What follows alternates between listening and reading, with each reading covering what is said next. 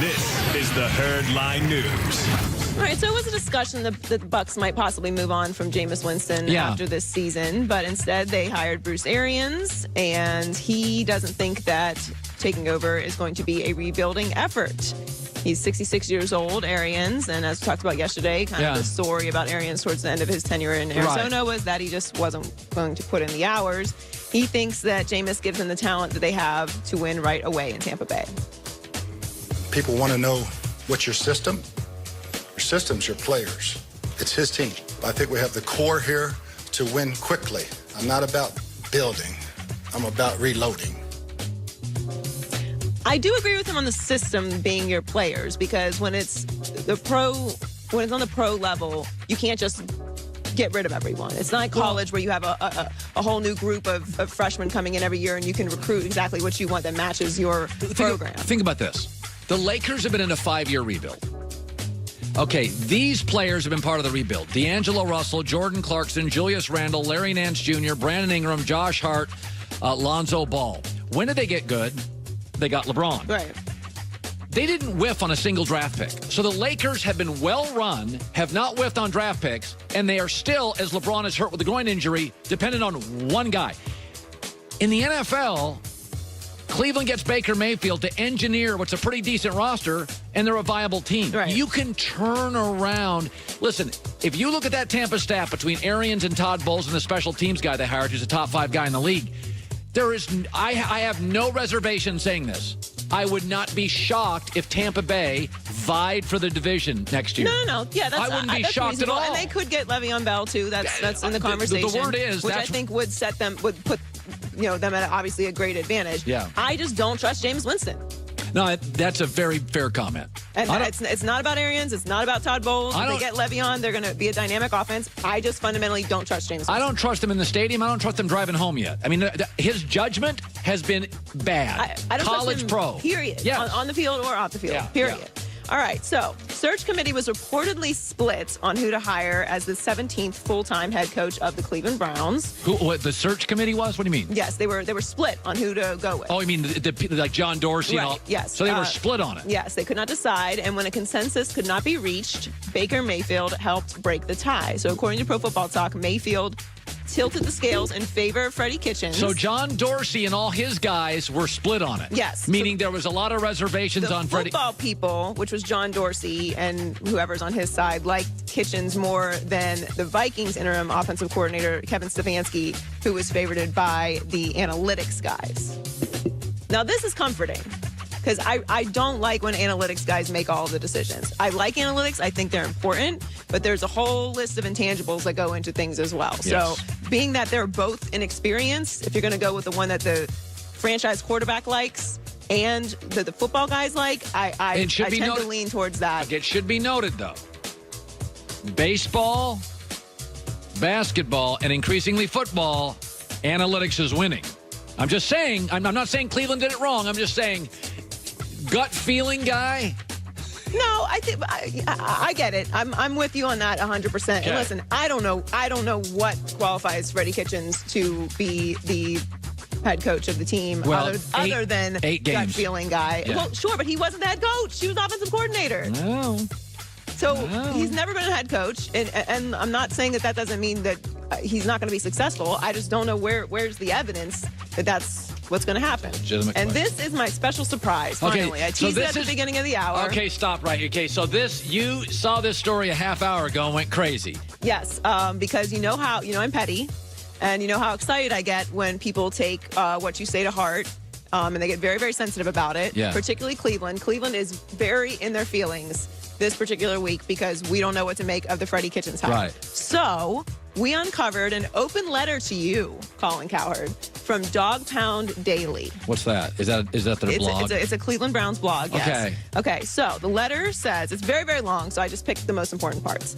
It says, Dear Colin, considering you are one of the highest paid radio personalities in the entire world. Certainly a rumor. I cannot imagine that your ratings are that bad that you have to feel the need to beat the dead horse that is your stance on the Cleveland Browns quarterback Baker Mayfield. Maybe your ego has reached an all-time high that you cannot admit that you're wrong. Maybe you truly think you are right. Either way, your anti-Cleveland and anti-Baker shtick is getting old. They then continue to cover in-depth your takes on Baker. So they watch the show every single day, which we appreciate. Well, so does America. Baker Mayfield was a wild card in college. Very hot take by you. Mayfield isn't a team player and is undraftable. You talked about how he checked his phone after the game, which, by the way, guys, I defended him pretty clearly about that. And, his rookie first appearance, he brought the team back. They hadn't won a game in 19 attempts, and he deserves some credit. You didn't like the Hugh Jackson stare down. He then goes on to say, Freddie Kitchens gets promoted to head coach, a move the majority of Cleveland has rejoiced about. Your take is that the city has low self-esteem. Yes. You really know the way to a fan base's heart. Yeah. The national media has made Cleveland the butt of their jokes for so long. Yeah. And now Baker has the city fighting back, blah, blah, blah, blah. Finally, keep adding fuel to the fire. If there's one thing the city of Cleveland has learned, it's that Mayfield thrives off of it. Yeah. And he has the rest of the team following. If you ever find yourself in town, make sure not to forget your wallet, because drinks are not on us. We look forward to attending your funeral on the hill you have decided to die on. Sincerely, all of Cleveland. That was adorable. I think it's very nice. Yeah. Well, listen, they're emotionally connected to the show. Like or hate us, you're engaged, and that's what's fun about sports. I have a lot of respect for the Browns fan base, because no matter how awful that organization may have been, they're loyal. They are very loyal. Yeah. And all I have to say is that they have no basis of consistency or track record of success. So it really, truly shows that Browns fans are maybe the most loyal fan base in all sports. You can certainly make that argument. I mean, in Los Angeles, you go on a 2-game losing streak, the stadium's empty. Joy with the news. Well, that's the news. And thanks for stopping by. The Herd But, Line News. it is funny. Is one of the things that I think is disappointing to me over the course of my life. We have become a nation seeking affirmation, not information. Liberals go to MSNBC, conservatives go to Fox News. They're both fine companies. Nobody wants to learn. They simply want to hear the beliefs they already have. We are less curious in America than I think we've ever been. There are people who are curious. They're in Silicon Valley, and they're changing the world. But I find even with sports fans, even if you give people data which is accurate, they're not interested if it doesn't align with their beliefs. Well, fans are short for fanatic. Let me give you an example. If I said to you, yeah, a bunch of guys got hired. And what about this guy? He just got fired as a college coach. He was terrible as a college coach. His alma mater fired him. You'd be like, that's not good. As our place, Cleveland hired a guy. He'd never even been a coordinator. He was just an interim coordinator. Now we're going to have him run the whole team. That's not great.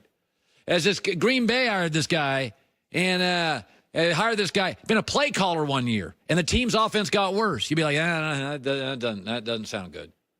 And then I said to you, what about New York? Forget the name. And I said, yeah, they hired a guy who's 40 who created a magical run with a guy that can't play, Tim Tebow. Peyton Manning's best year was with him. He went to the dysfunctional Dolphins, and with Ryan Tannehill had a winning record. Made the playoffs. What happened his last couple of years?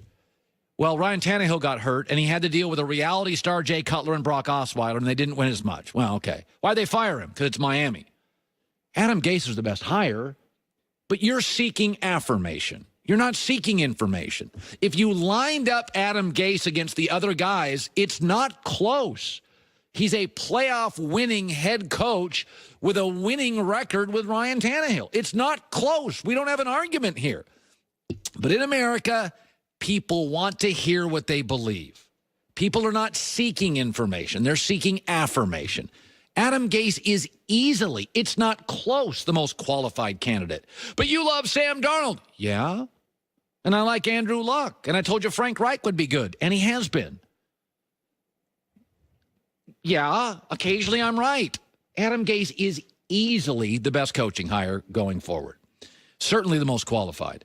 Coming up next, Eric Dickerson. I think his Rams could be in trouble this weekend. He doesn't want to hear it. That's next. When it comes to costly car repairs, you need options. Instead, you're often struck bargain hunting for the best deal because who can afford to fork over $1,000 for a repair? Most people can't. You got family, payments to make. You got kids. You're busy and things are costly. This is where CarShield comes in. They make the process of fixing a car that's not under warranty really easy. Okay, 24/7 roadside assistance, rental car for free while yours is being fixed. It doesn't matter what the bill is. Nobody wants to go in for an oil change and have a sensor light out, and it's $900. And they make it easy. Carshield.com, code HERD, you're in. Call 800-CAR-6100, 800-CAR-6100, mention the code HERD, and you're in. A deductible may apply. When it comes to costly car repairs, you want options.